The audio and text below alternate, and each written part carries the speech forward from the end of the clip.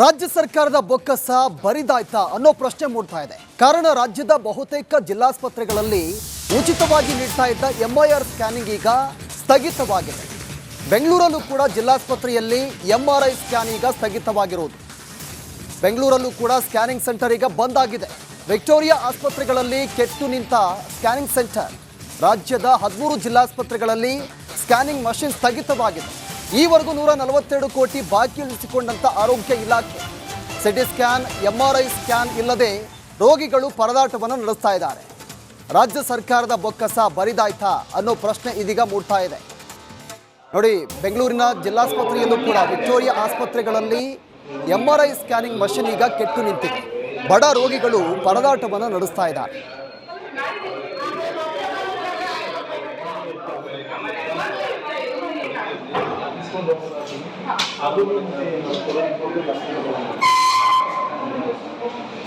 ಹೌದಾ, ಏ ಸ್ಕ್ಯಾನಿಂಗ್ ಬಂದಿದ್ದ ಸಾಮರ್ ತಲೆ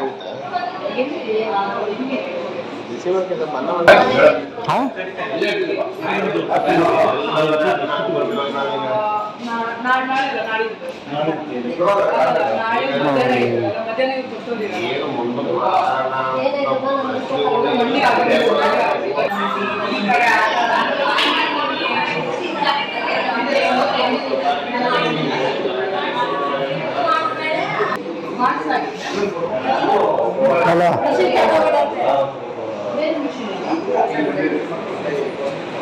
ಅದಕ್ಕೆ ಎಷ್ಟು ದಿನ ಆಗುತ್ತೆ ಗೊತ್ತಿಲ್ಲ. ವಿಕ್ಟೋರಿಯಾ ಹಾಸ್ಪಿಟ್ಲಲ್ಲಿ ಹೋಗಿ ಅಂತ ಹೇಳ್ತಾರೆ ಮೇಡಮ್. ಅಲ್ಲಿಂದ ಏನು ಮಾಡ್ತಾರೆ, ಈ ಹಾಸ್ಪಿಟ್ಲಿಗೆ ಕಳಿಸ್ತಾರೆ.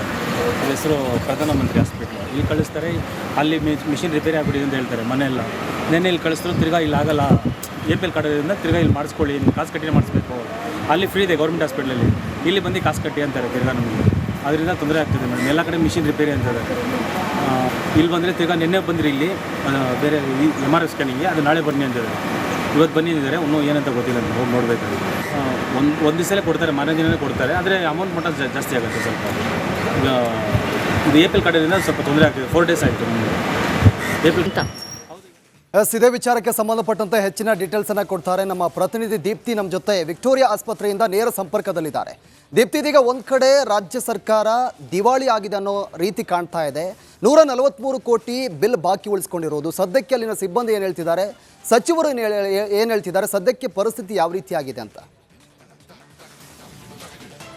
ಪ್ರವೀಣ್, ನಾನಿವಾಗ ಇರುವಂಥದ್ದು ವಿಕ್ಟೋರಿಯಾ ಆಸ್ಪತ್ರೆಯ ರೇಡಿಯಾಲಜಿ ಡಿಪಾರ್ಟ್ಮೆಂಟ್ ಹತ್ರ ಹೋಗ್ತಾ ಇದ್ದೀವಿ ನಾವೀಗ. ಇಲ್ಲಿ ಕಳೆದ 2 ದಿನಗಳಿಂದ CT ಸ್ಕ್ಯಾನು ಹಾಗೆ MRI ಸ್ಕ್ಯಾನ್ಗಳು ವರ್ಕ್ ಆಗದೆ ಬ್ರೇಕ್ ಡೌನ್ ಆಗಿರುವಂಥದ್ದು. ಹೀಗಾಗಿ ಇಲ್ಲಿರುವಂತಹ ರೋಗಿಗಳು ಪ್ರತಿನಿತ್ಯ ಪರದಾಡುವಂತಹ ಸ್ಥಿತಿ ಎದುರಾಗಿದೆ. ಆ ಡಿಪಾರ್ಟ್ಮೆಂಟ್ ಹತ್ರನೇ ಹೋಗೋಣ.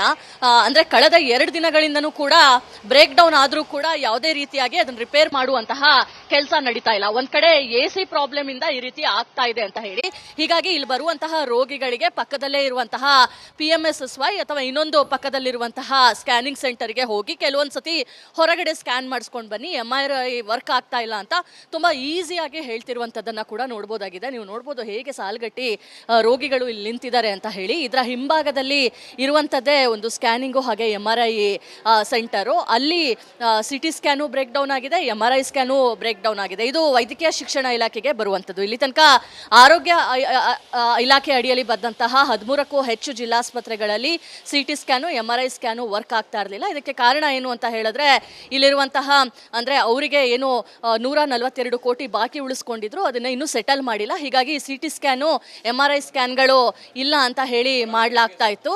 ಆದ್ರೆ ಇದೀಗ ವೈದ್ಯಕೀಯ ಶಿಕ್ಷಣ ಇಲಾಖೆಯ ಅಡಿಯಲ್ಲಿ ಬರುವಂತಹ ವಿಕ್ಟೋರಿಯಾ ಆಸ್ಪತ್ರೆಯಲ್ಲೂ ಕೂಡ CT ಸ್ಕ್ಯಾನು MRI ಸ್ಕ್ಯಾನು ಮಾಡುವಂಥದ್ದು ಕೂಡ ಆಗ್ತಾ ಇದೆ. ಅಂದ್ರೆ ಮುಖ್ಯವಾಗಿ ಇದು ಶರಣ್ ಪ್ರಕಾಶ್ ಪಾಟೀಲ್ ಅವರು ಕೂಡ ಇದ್ರ ಬಗ್ಗೆ ಗಮನವನ್ನು ವಹಿಸಬೇಕು. ಒಂದ್ ಕಡೆ ದಿನೇಶ್ ಗುಂಡೂರಾವ್ ಅವರು ಹೇಳ್ತಾರೆ, ಹೌದು ಜಿಲ್ಲಾಸ್ಪತ್ರೆಗಳಲ್ಲಿ CT scan MRI scan work ಆಗ್ತಾ ಇಲ್ಲ, ಅದರ ಪೇಮೆಂಟ್ ಇಶ್ಯೂ ಇದೆ, ಅದನ್ನ ನಾವು ಸೆಟಲ್ ಮಾಡೋದಕ್ಕೆ ಟ್ರೈ ಮಾಡ್ತಾ ಇದ್ದೇವೆ ಅಂತ. ಆದ್ರೆ ಮತ್ತೊಂದ್ ಕಡೆ ವೈದ್ಯಕೀಯ ಶಿಕ್ಷಣ ಇಲಾಖೆ ಅಡಿಯಲ್ಲೂ ಕೂಡ ಇದೇ ರೀತಿಯಾಗಿ, ಅಂದ್ರೆ ಬೆಂಗಳೂರಿನ ಪ್ರತಿಷ್ಠಿತ ವಿಕ್ಟೋರಿಯಾ ಆಸ್ಪತ್ರೆ ಇದು. ದಿನಕ್ಕೆ ಸಾವಿರಾರು ಸಂಖ್ಯೆಯಲ್ಲಿ ರೋಗಿಗಳು ಬರ್ತಾರೆ, MRI ಸ್ಕ್ಯಾನ್ ಬೇಕಾಗುತ್ತೆ, CT ಸ್ಕ್ಯಾನ್ ಬೇಕಾಗುತ್ತೆ. ಇಲ್ಲಿ ಬಂದ್ರೆ ಅಲ್ಲಿಗೆ ಹೋಗಿ ಇಲ್ಲಿಗೆ ಹೋಗಿ ಅಂತ ಹೇಳಿ ಅವ್ರನ್ನ ಕಳಿಸುವಂತಹ ಪ್ರಯತ್ನಗಳು ಕೂಡ ಆಗ್ತಾ ಇದೆ. ರೋಗಿಗಳನ್ನ ಮೀಡಿಯಾವನ್ನ ಮಾತಾಡಿಸುವಂತಹ ಸಂದರ್ಭದಲ್ಲೂ ಕೂಡ ಅವರು ಅದೇ ಹೇಳ್ತಾ ಇದ್ರು. ಆದರೆ ನಮಗೆ ಬೇರೆ ಬೇರೆ ಕಡೆ ಕಳಿಸ್ತಾರೆ, ಒಂದೊಂದ್ಸತಿ ಹೊರಗಡೆ ಮಾಡಿಸ್ಕೊಂಡು ಬನ್ನಿ ಅಂತ ಹೇಳ್ತಾರೆ. ಅಷ್ಟು ದುಡ್ಡು ಇರೋದಿಲ್ಲ, ಯಾಕಂದರೆ ಫ್ರೀ ಟ್ರೀಟ್ಮೆಂಟನ್ನು ತಗೊಳ್ಳೋದಕ್ಕೆ ಅಂತ ಹೇಳಿ ನಾವು ಈ ಆಸ್ಪತ್ರೆಗೆ ಬರುವಂಥದ್ದು. ಇಂತಹ ಸಂದರ್ಭದಲ್ಲೇ ಬ್ರೇಕ್ ಡೌನ್ ಆಗಿದೆ, ಬೇರೆ ಆಸ್ಪತ್ರೆಗಳಲ್ಲಿ ಅಥವಾ ಹೊರಗಡೆ ಮಾಡಿಸ್ಕೊಂಡು ಬಂತಿ ಅಂತ ಹೇಳುವಂಥದ್ದು ಎಷ್ಟು ಸರಿ ಅಂತ ಹೇಳಿ ಪ್ರಶ್ನೆಯನ್ನು ಮಾಡ್ತಾ ಇದ್ದಾರೆ.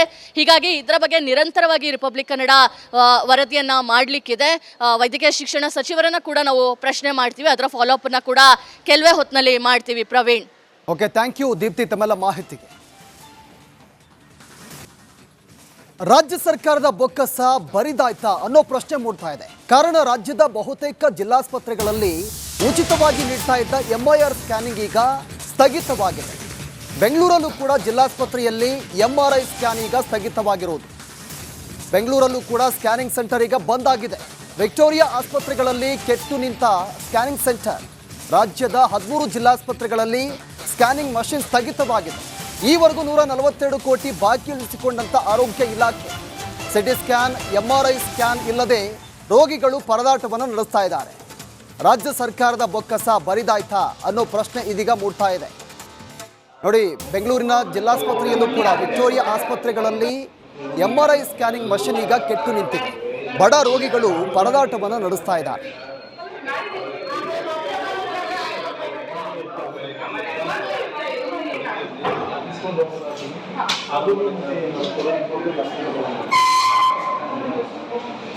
ಹೌದಾ, ಏ ಸ್ಕ್ಯಾನಿಂಗ್ ಬಂದಿದ್ದ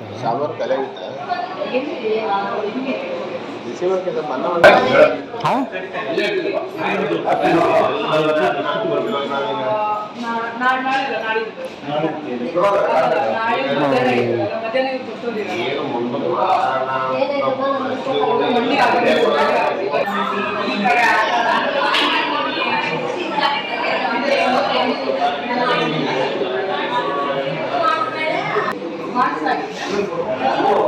ಹಲೋ,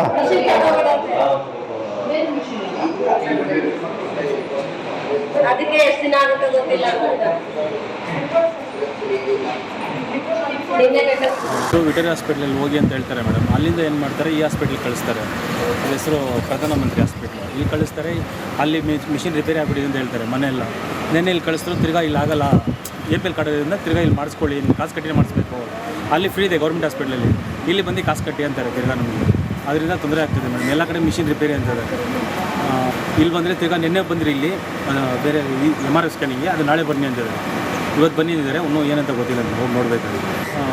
ಒಂದು ದಿವಸಲೇ ಕೊಡ್ತಾರೆ, ಮಾರನೇ ದಿನವೇ ಕೊಡ್ತಾರೆ. ಆದರೆ ಅಮೌಂಟ್ ಮಟ್ಟ ಜಾಸ್ತಿ ಆಗುತ್ತೆ ಸ್ವಲ್ಪ. ಈಗ ಇದು APL ಕಾರ್ಡಿಂದ ಸ್ವಲ್ಪ ತೊಂದರೆ ಆಗ್ತಿದೆ. 4 ಡೇಸ್ ಆಯಿತು ನಮಗೆ APL.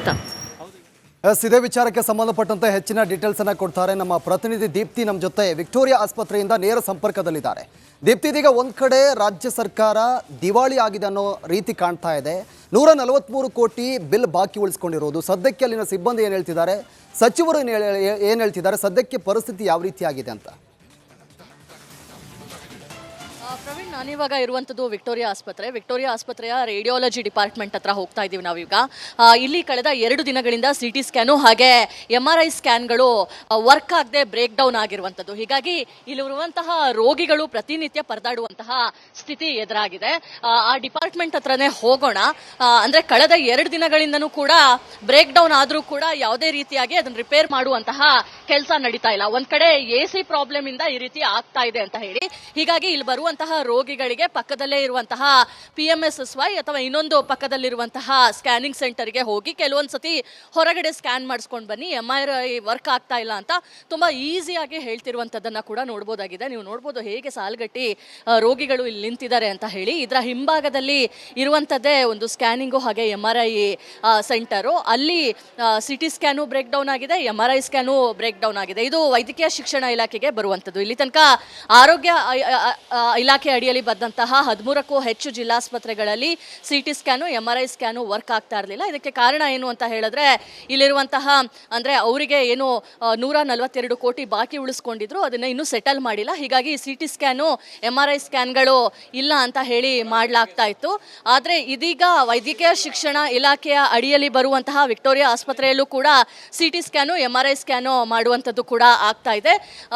ಅಂದ್ರೆ ಮುಖ್ಯವಾಗಿ ಇದು ಶರಣ್ ಪ್ರಕಾಶ್ ಪಾಟೀಲ್ ಅವರು ಕೂಡ ಇದ್ರ ಬಗ್ಗೆ ಗಮನವನ್ನು ವಹಿಸಬೇಕು. ಒಂದು ಕಡೆ ದಿನೇಶ್ ಗುಂಡೂರವರು ಹೇಳ್ತಾರೆ, ಹೌದು ಜಿಲ್ಲಾಸ್ಪತ್ರೆಗಳಲ್ಲಿ CT scan MRI scan work ಆಗ್ತಾ ಇಲ್ಲ, ಅದರ ಪೇಮೆಂಟ್ ಇಶ್ಯೂ ಇದೆ, ಅದನ್ನು ನಾವು ಸೆಟಲ್ ಮಾಡೋದಕ್ಕೆ ಟ್ರೈ ಮಾಡ್ತಾ ಇದ್ದೇವೆ ಅಂತ. ಆದರೆ ಮತ್ತೊಂದು ಕಡೆ ವೈದ್ಯಕೀಯ ಶಿಕ್ಷಣ ಇಲಾಖೆ ಅಡಿಯಲ್ಲೂ ಕೂಡ ಇದೇ ರೀತಿಯಾಗಿ, ಅಂದರೆ ಬೆಂಗಳೂರಿನ ಪ್ರತಿಷ್ಠಿತ ವಿಕ್ಟೋರಿಯಾ ಆಸ್ಪತ್ರೆ ಇದು, ದಿನಕ್ಕೆ ಸಾವಿರಾರು ಸಂಖ್ಯೆಯಲ್ಲಿ ರೋಗಿಗಳು ಬರ್ತಾರೆ, MRI ಸ್ಕ್ಯಾನ್ ಬೇಕಾಗುತ್ತೆ, CT ಸ್ಕ್ಯಾನ್ ಬೇಕಾಗುತ್ತೆ, ಇಲ್ಲಿ ಬಂದರೆ ಅಲ್ಲಿಗೆ ಹೋಗಿ ಇಲ್ಲಿಗೆ ಹೋಗಿ ಅಂತ ಹೇಳಿ ಅವ್ರನ್ನ ಕಳಿಸುವಂತಹ ಪ್ರಯತ್ನಗಳು ಕೂಡ ಆಗ್ತಾ ಇದೆ.